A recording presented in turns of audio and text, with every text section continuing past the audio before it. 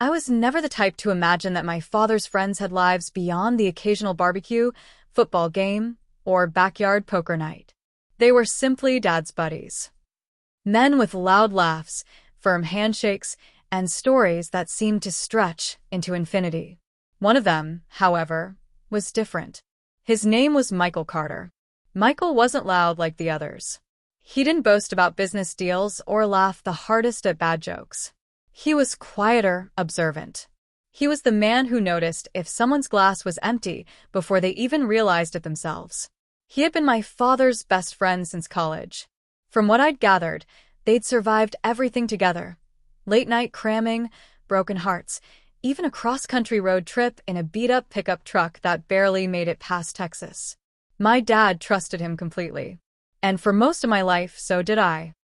The change began subtly, so subtly that, at first, I thought it was all in my head. It was after my mom had left us.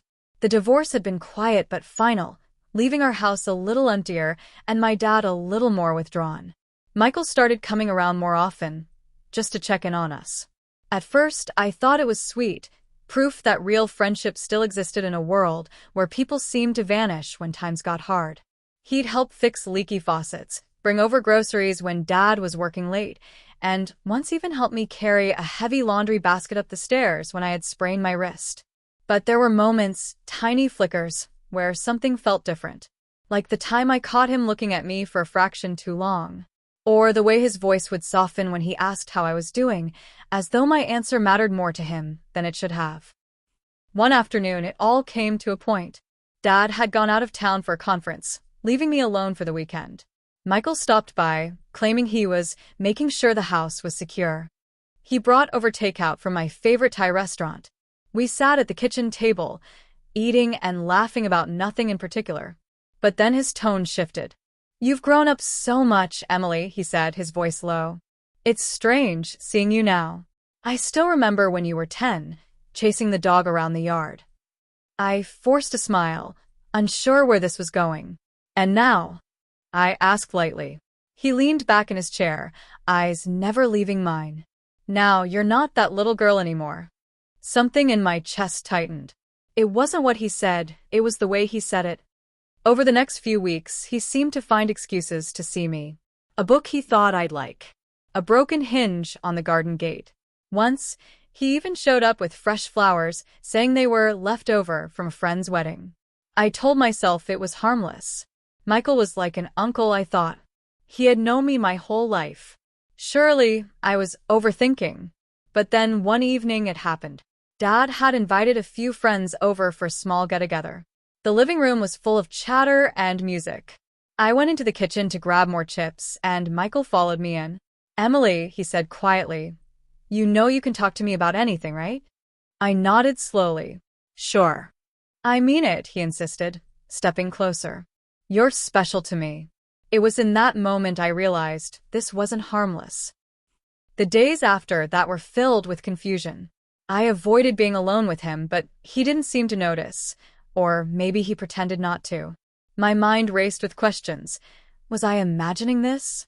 If I told Dad, would it destroy their friendship? Would Dad even believe me? I decided to test it. The next time Michael came over, I kept my distance, speaking only when necessary. He noticed immediately. "Something wrong?" he asked, brows furrowed. "No," I lied. But he wasn't fooled. "I feel like you're avoiding me." "I've just been busy," I said quickly, grabbing my bag. "I have to go." The turning point came a week later. I was walking home from the library when Michael's car pulled up beside me. "Need a ride?" he asked with a smile. I hesitated, then got in, partly because it was raining, partly because I wanted clarity. We drove in silence until he spoke. "I think you know I care about you, Emily." I stared out the window. "You're my dad's best friend." "I know," he said, his voice tinged with something I couldn't quite place. "But sometimes life surprises you." That was it. That was my confirmation. That night, I told my father everything. My hands shook as I explained the conversations, the looks, the subtle but undeniable shift in Michael's behavior. Dad listened quietly. When I finished, his face was pale, his jaw tight. Emily, he said firmly, you did the right thing telling me. The next day, Michael was gone from our lives. No more visits. No more friendly drop-ins. I don't know exactly what Dad said to him, but whatever it was, it ended decades of friendship. Months later, Dad and I were sitting on the porch when he finally spoke about it. I've known Michael for over 30 years, he said quietly. But I love my daughter more than any friendship. And if he crossed a line, he's not the man I thought he was. It hurt to think that my father had lost his best friend because of me. But deep down, I knew it wasn't because of me, it was because Michael made a choice.